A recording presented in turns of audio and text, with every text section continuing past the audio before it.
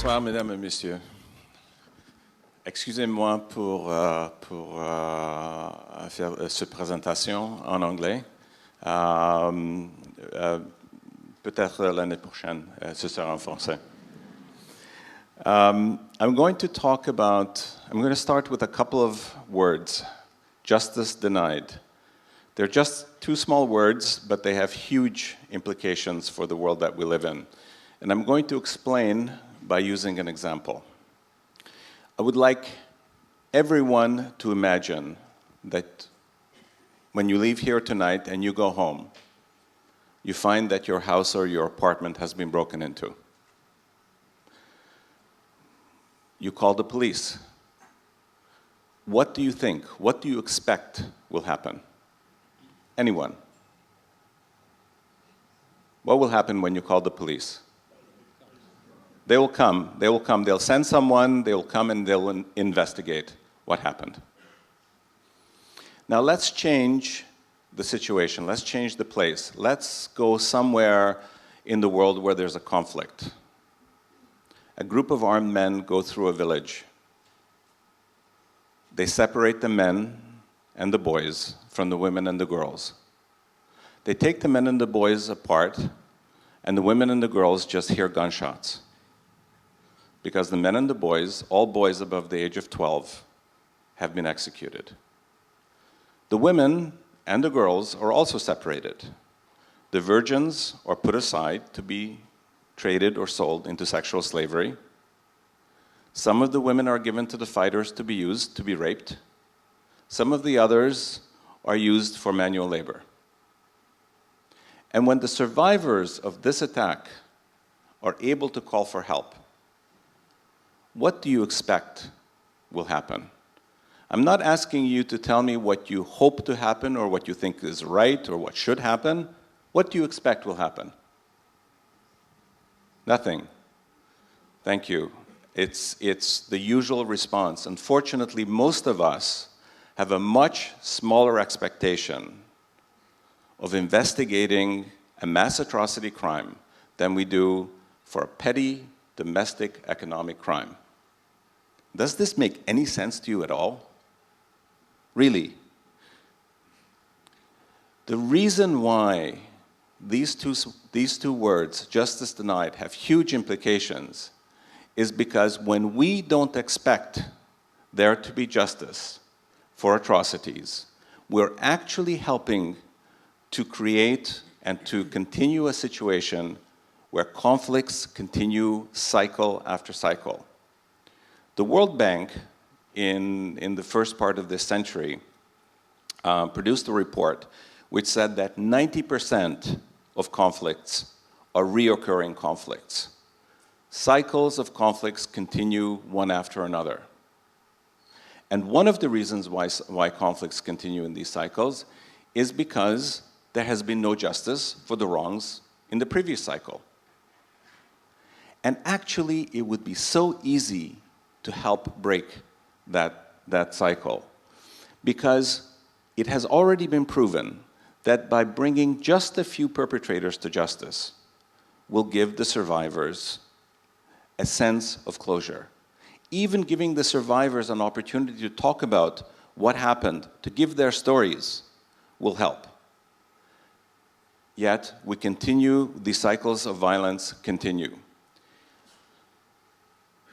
There are some ways in which we can try to break these cycles of violence. One of the ways to do this is by improving the delivery of international justice, making it more possible for perpetrators to be brought to justice, even just a few perpetrators, making it more possible for the victims and the survivors to come and tell their stories. But in order to do that, we have to make some changes. And one of the changes that we have learned that we have to make is that we have to improve the investigation of mass atrocity crimes.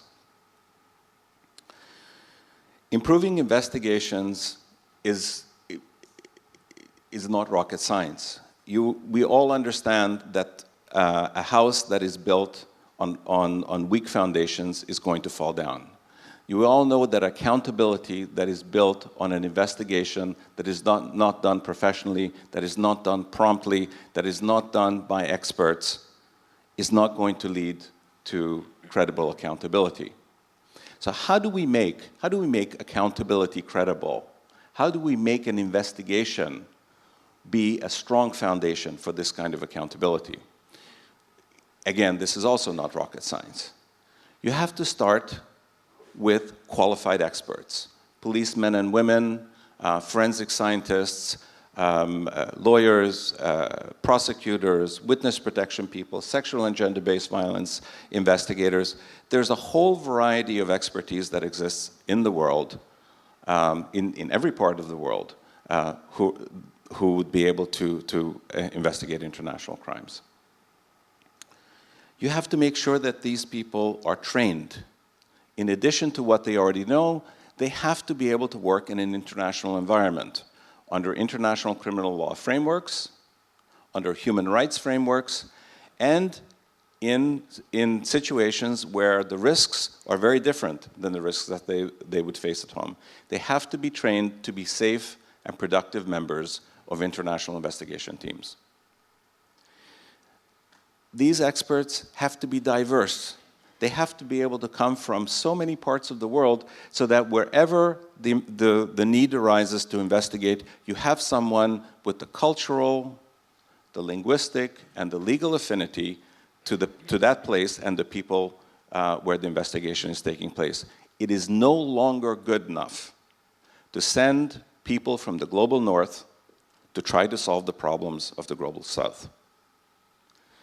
And these experts have to be able to be on the spot when they're needed. There are always very tiny windows of opportunity, security or political, when investigations are possible. And if you miss those, you will miss evidence and information. And you will also miss gaining the trust of the population that the rule of law will be able to help them find justice. Okay, so we get the quality, we get the training, we get the diversity, and we get the promptness of response. Now, what does this get us? An investigation that's built on those pillars is going to get us credible accountability, meaning accountability in which the population can believe in. Whether it's a prosecution, whether it's a truth commission, whether it's a commission of inquiry, it's an investigation into what happened and who may have been responsible. And it's something that the population can get behind, will bring them a sense of justice. And it will bring a sense of deterrence to those who may be thinking about being perpetrators in the future, because they know that there are going to be people out there who are going to be able to investigate them professionally and quickly. The challenge, or one of the challenges that we have in the international community, is that countries that are coming out of conflict seldom have the ability to have this kind of expertise readily available.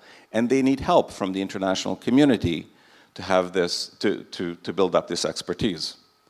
This also applies to international organizations who also don't have that ability always at hand.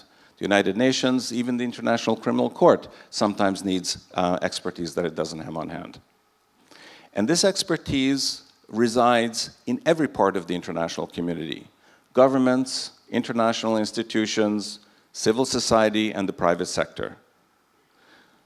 But these parts of the international community tend to live in silos. Governments do this kind of thing, international organizations do something else, civil society does something else, private sector does something else.